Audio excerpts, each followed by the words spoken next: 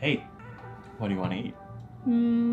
Something quick and easy. I am starving. Okay. All right, you heard the wife. She's hungry, she wants something quick, easy, and of course, yummy. I'm a big fan of urban apartment foraging, so I quickly went around the house looking for ingredients. In the closet, under the sofa, in the sink, and even in the pocket of that jacket from last winter. And sadly, no, I did not find a misplaced $20 bill. But I did find what I needed to make a one-pot pasta dish. Cool. Now, disclaimer, in no way am I claiming this to be Italian. In fact, this will probably frustrate Mario Batali so much so to the point where he'd finally take off the Crocs from his feet, but only to throw them at me. Anyways, here's my version of a pasta dish of sorts, and feel free to substitute, add, or omit any ingredients you desire or have available in your pantry or jacket pocket. We will be making a turkey basil artichoke pasta with some bell peppers and onions in a tomato sauce. Let's go! So you want to flip that pot right onto the stove, medium-high heat. You want to sploosh in some extra Virginia olive oil, maybe about 2 tablespoons or 1 tablespoon if you decide to use ground beef instead of turkey. Then squirt in about 4 tablespoons of red toothpaste, and make sure it's not the mint flavored ones. Surprisingly, those don't work well with pasta. I usually get the fluoride-free, organic tomato flavored toothpaste with a bit of charcoal. Then give that a little swirly swirls. Now add about 1 teaspoon of red pepper flakes and make sure your timing was the heat of the moment. Telling me what your heart meant. The heat of the moment shone in your eyes. But seriously, just let that cook and keep stirring for about a minute or when your heart tells you to stop. Next, add about 1 pound of ground turkey, or ground beef, or ground sausage, or ground lamb, or ground chicken, or just simply grounds.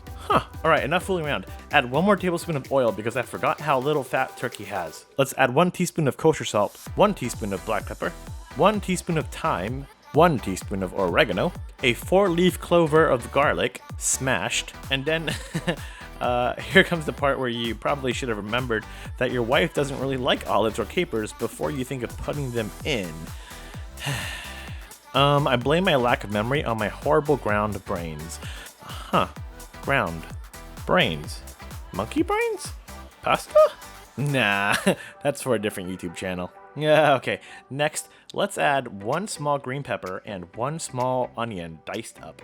Then add about 8 ounces of pasta, or half of the 16-ounce box. So we're using Ziti Rigati. You can use whatever you want. You do you. Then add a big 28-ounce can of good old tomato sauce.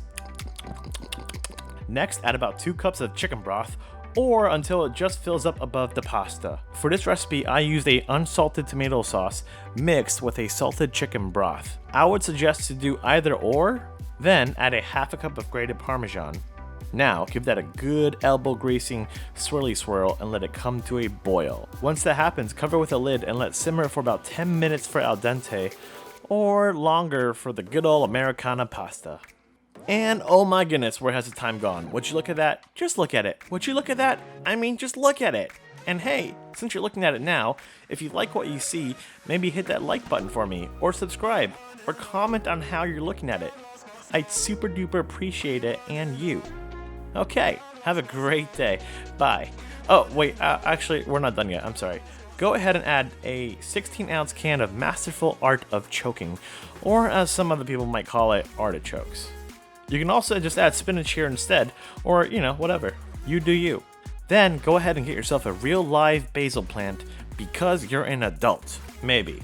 Or at least you try to be. But honestly, listen, if our generation can't even buy a house, how do you expect us to keep a basil plant alive? So pick a handful of leaves and toss those in. And if you're extra fancy, add a 1/3 cup of heavy cream and give that pasta the best swirly swirl it's ever had. And no, Jasper, no! Patience, my young fossil fuel. And that's it! A one-pot pasta that's super quick, easy, delicious, and customizable to your own liking. I'm a big fan of one-pot dishes because as much as I love washing dishes, I don't. Wait, what? Anyways, I hope you enjoyed this custom recipe. Comment below on what you would add instead to your own version of this. I would love to hear your preferences. Okay, now that I'm done miserably attempting to be cool with my plating skills, let's see what the wife thinks.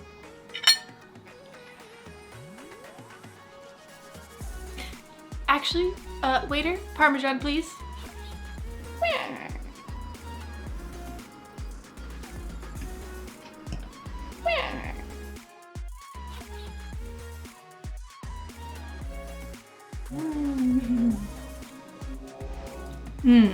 Yeah. Like the cream and like the zest with the capers and like a little bit of the salty, I guess from the olives, blends very nicely. Nice. Well, what's the word? Yum.